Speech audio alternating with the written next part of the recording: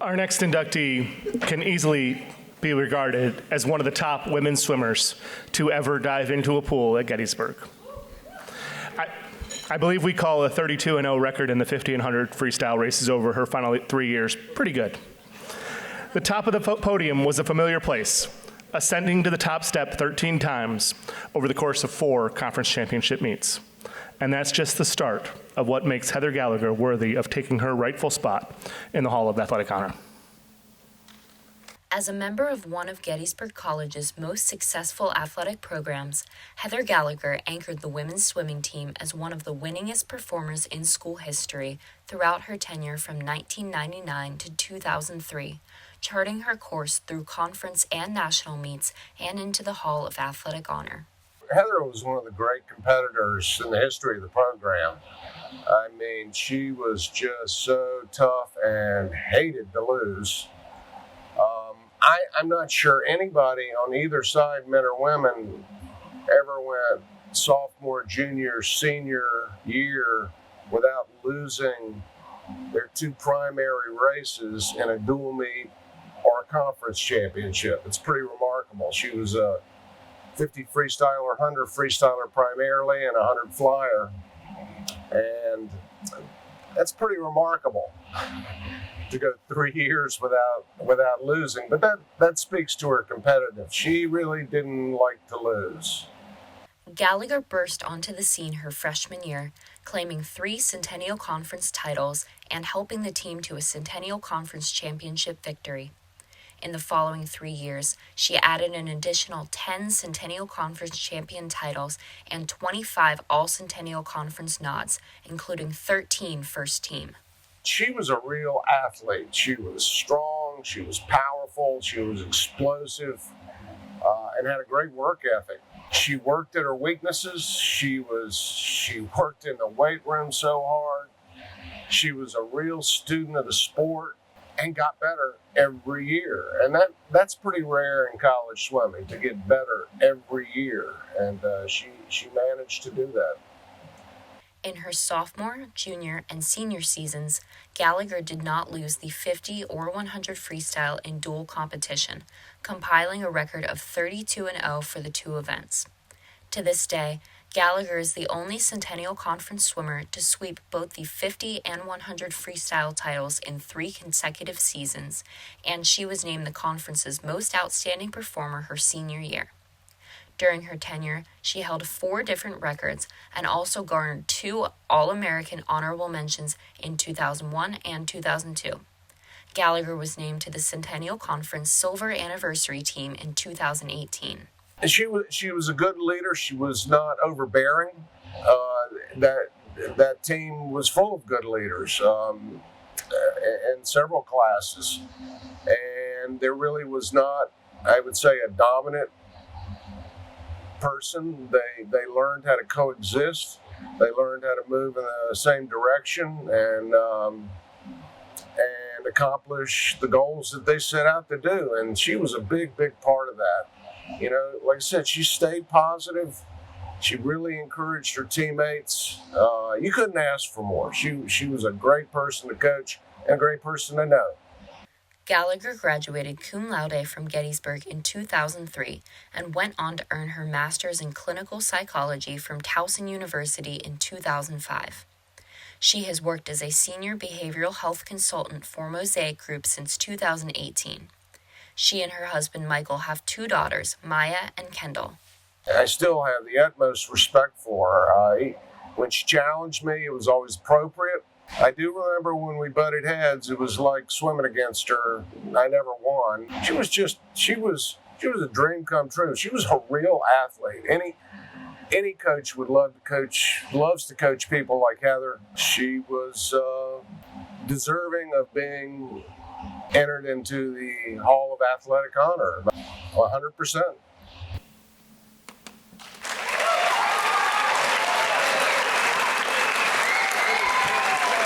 Ladies and gentlemen, please welcome Heather Gallagher.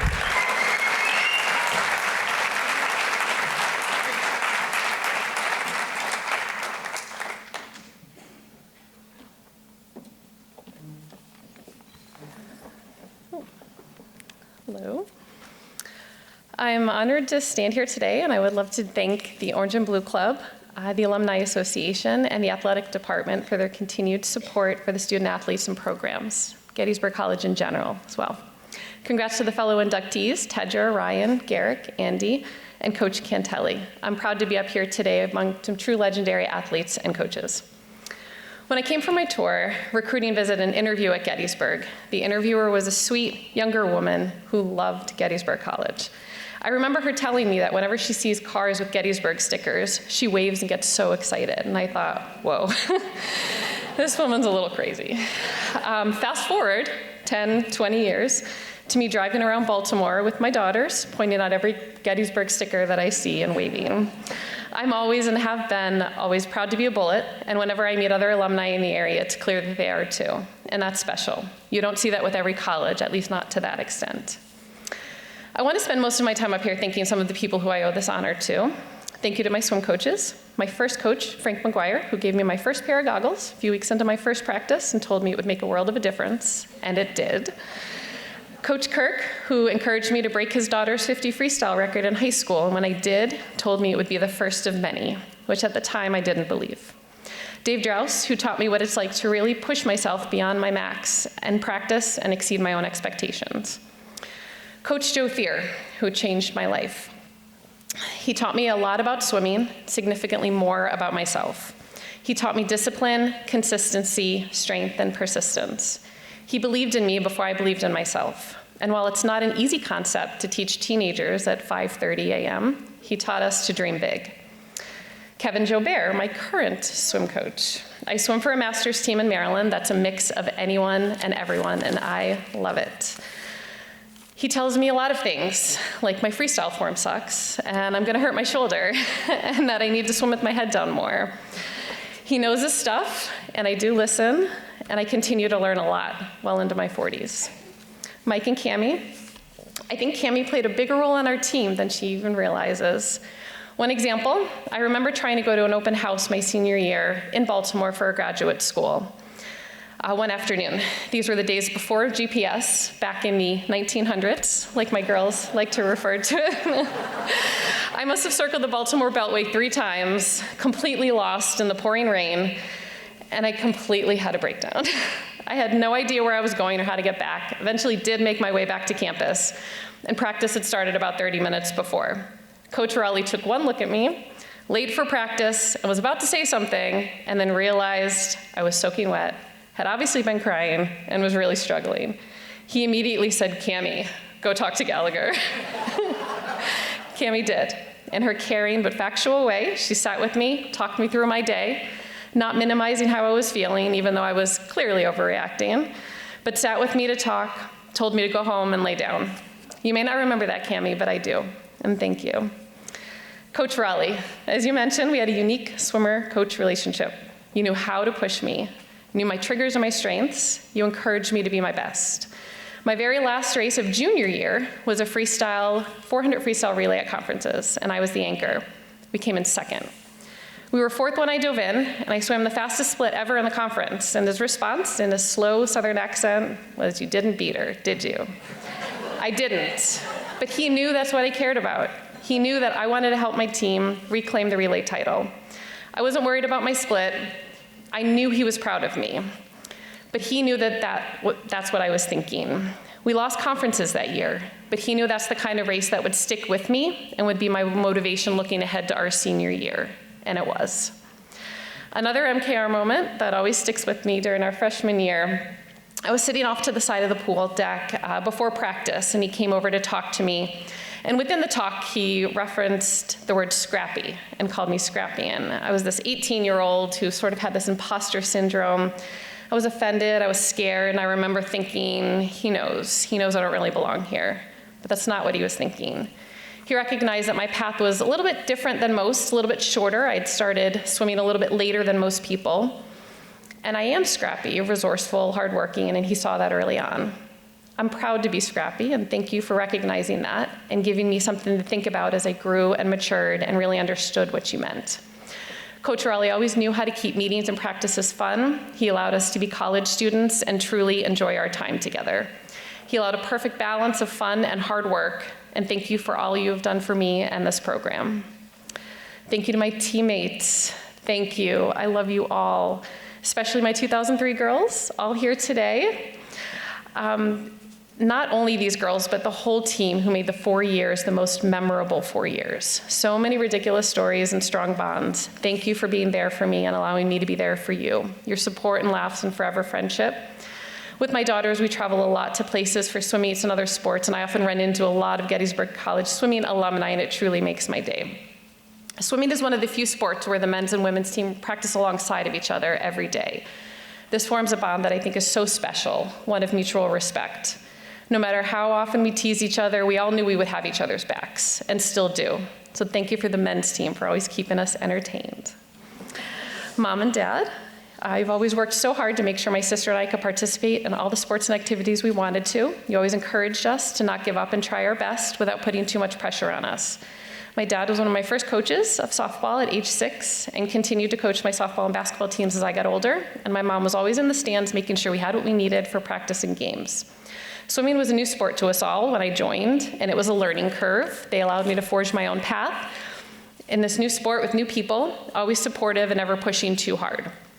Coming to almost every meet as they were learning what the strokes and events were.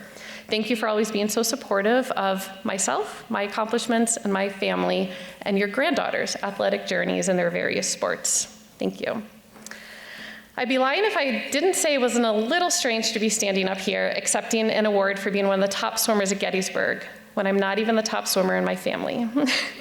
Swimming was part of what brought my husband, Mike, and I together, and we met through a mutual friend, Logan, and our shared love for this sport. Mike's a former D1 swimmer and Olympic trials qualifier, current swim coach, and self-professed swim nerd. Since we met, he's always been supportive of any crazy idea I have or goal that I set. He fiercely loves his family and is the balance to our family with his never-ending stream of dad jokes. Thank you for always supporting me and our family, and I love you. Maya and Kendall, also better swimmers than me.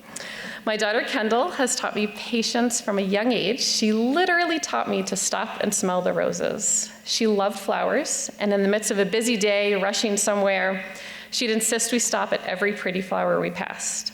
She's fierce, witty, and the most unpredictable person I know. I envy your creativity and ability to make anyone and everyone feel accepted. I'm so proud of you and love you. Maya, your talent and intelligence allows your balance of seriousness and fun to shine through. You're one of the few people I know who balances it so well. I'm so excited to see where your future takes you, and I feel so honored to be part of your journey. I love our weekends traveling to swim meets and getting to see you mature in so many ways. I'm so proud of you, and I love you. And finally, my cousin Chris was a 1998 graduate of Gettysburg College and a wrestler here. He introduced me to Gettysburg. The very first visit I had to Gettysburg was when Chris was a student here, and my parents took us to visit him. I was about 15 years old, and my clearest memory was it being about 130 degrees outside, and my parents driving us around on an hours-long audio battlefield tour. Shockingly, but luckily, I gave Gettysburg another chance and looked into it a couple of years later as a potential school. Chris loved it here. I still remember his excitement when I told him I was definitely coming to this school, and he was thrilled to have, quote, somewhere to stay for the next 4 years.